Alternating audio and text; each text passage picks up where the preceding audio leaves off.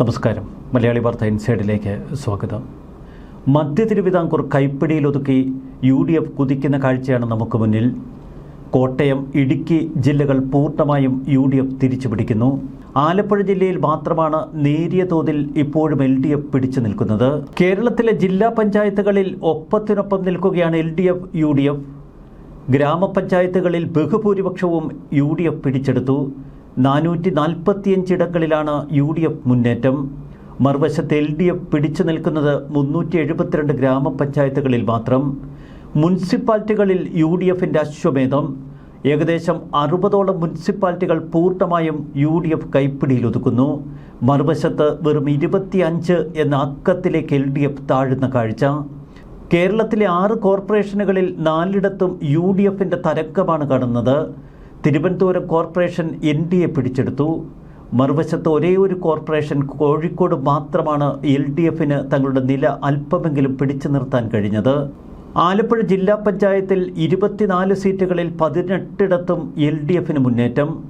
6ഇടങ്ങളിൽ UDF. Municipality പൂർണ്ണമായും കൈപ്പിടിയിലൊതുക്കാൻ UDFിന് കഴിഞ്ഞു. അതുതന്നെയാണ് ആലപ്പുഴയിലെ ഏറ്റവും ശക്തമായ കാഴ്ച. മുനിസിപ്പാലിറ്റികളിലുള്ള 6 സീറ്റിൽ 5ഇടത്തും UDF തരംഗം. ഒരേ ഒരു സീറ്റിൽ മാത്രമാണ് LDF വിജയിക്കുന്നത്. ബ്ലോക്ക് പഞ്ചായത്തിൽ 8ഇടത്തും LDF തങ്ങളുടെ നില മെച്ചപ്പെടുത്തി. 4ഇടത്ത് UDF നില മെച്ചപ്പെടുത്തുന്നു. ഗ്രാമപഞ്ചായത്തുകളിൽ 39 ഇടങ്ങളിൽ ഇപ്പോൾ LDFിൻ്റെ തരംഗമാണ്. 19 ഇടങ്ങളിൽ UDF. എന്നാൽ ആലപ്പുഴ ജില്ലയിൽ 3 ഗ്രാമപഞ്ചായത്തുകളിൽ ഭൂരിപക്ഷത്തിലേക്ക് നീങ്ങാൻ ഇപ്പോൾ ശ്രമിക്കുകയാണ് NDA മുന്നണി. 2020 ജില്ലാ പഞ്ചായത്ത് തെരഞ്ഞെടുപ്പിൽ അന്ന് 21 സീറ്റുകളിലാണ് LDF വിജയിച്ചത്. വെറും 2 സീറ്റിൽ UDFിനെ ഒതുക്കി. അന്ന് മുനിസിപ്പാലിറ്റി ഒപ്പത്തിനൊപ്പം നിന്നിരുന്നു 3-3. ബ്ലോക്ക് പഞ്ചായത്തിൽ 11ഇടത്തും LDF ആണ് വിജയിച്ചത്. ഒരേ ഒരു സ്ഥലം മാത്രമാണ് അന്ന് UDFിന് ലഭിച്ചത്. പഞ്ചായത്തുകളിൽ 56ഇടത്ത് അന്ന് LDF തരംഗം നമ്മൾ കണ്ടു. വെറും 15 ഗ്രാമപഞ്ചായത്തുകൾ മാത്രമാണ് UDFിന് അനുകൂലമായത്. അതിൽ നിന്ന് ഏറെ വേറിട്ടിരിക്കുന്നു ഇപ്പോഴത്തെ കാഴ്ചകൾ. ആലപ്പുഴ ജില്ലയിൽ UDFിന് വലിയ തിരിച്ചുവരവ് നടത്താൻ കഴിഞ്ഞിരിക്കുന്നു. കോട്ടയം ജില്ല കൈപ്പിടിയിലൊതുക്കിക്കൊണ്ട് UDF LDFിനെ വെല്ലുവിളിക്കുന്നു.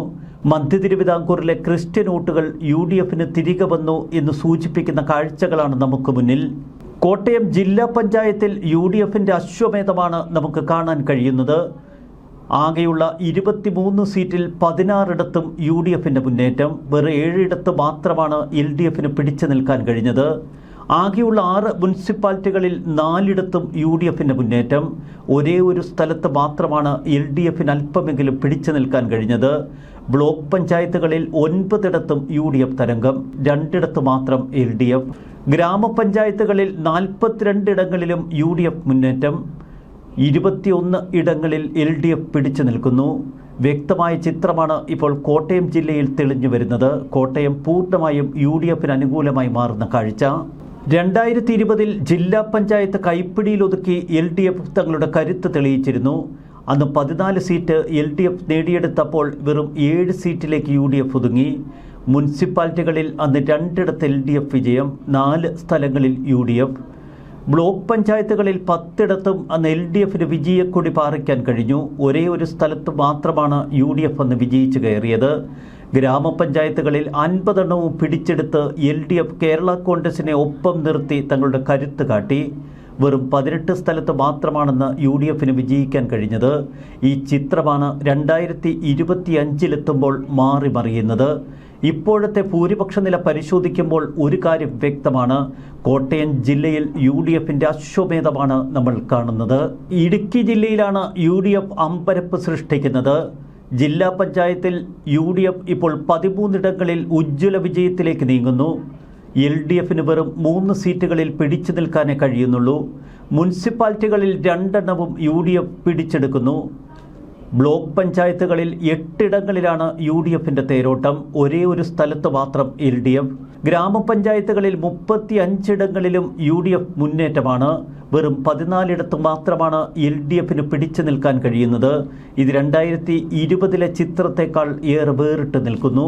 2020 കേരള കോൺഗ്രസ് സഹകരണത്തോടെ അന്ന് LDF ജില്ലാ പഞ്ചായത്ത് പിടിച്ചെടുത്തിരുന്നു. 10 സീറ്റുകൾ നേടി അന്ന് ജില്ലാ പഞ്ചായത്തിൽ അധികാരമുറപ്പിക്കാൻ LDFന് കഴിഞ്ഞു. UDFന് അന്ന് ലഭിച്ചത് വെറും 6 സീറ്റ് മാത്രം.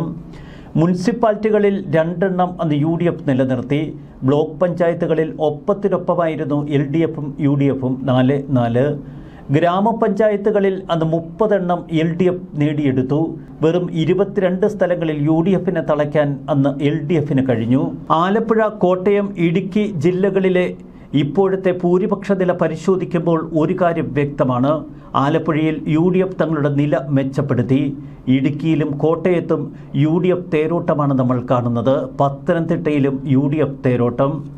ശബരിമല സ്വർണ്ണക്കൊള്ള തന്നെയാണ് പത്തനംതിട്ട ജില്ലയിൽ വലിയ വിജയത്തിന് UDFന് കാരണമായത്. കോട്ടയം, ഇടുക്കി ജില്ലകളിൽ ക്രിസ്ത്യൻ സമുദായത്തിൻ്റെ വോട്ടുകൾ UDFിലേക്ക് തിരിയുന്നു എന്നതിൻ്റെ വ്യക്തമായ സൂചന. മധ്യ തിരുവിതാംകൂറിൻ്റെ ഈ ഫലസൂചനകൾ നമുക്ക് എറണാകുളം അടക്കമുള്ള ജില്ലകളിൽ ഇപ്പോൾ കാണാൻ കഴിയും. എറണാകുളത്തും തൃശ്ശൂരിലുമൊക്കെ UDF മടങ്ങി വരുന്ന കാഴ്ചയാണ് തെരഞ്ഞെടുപ്പ് ചിത്രം തെളിയുമ്പോൾ. ഒരു കാര്യം ഉറപ്പിക്കാം, കേരളത്തിൽ UDFിൻ്റെ തരംഗം ഏറ്റവും ശ്രദ്ധേയമായി പ്രകടമാകുന്നത് മധ്യ തിരുവിതാംകൂറിൽ തന്നെ. ന്യൂസ് ഡെസ്ക് മലയാളി വാർത്ത ഇൻസൈറ്റ്.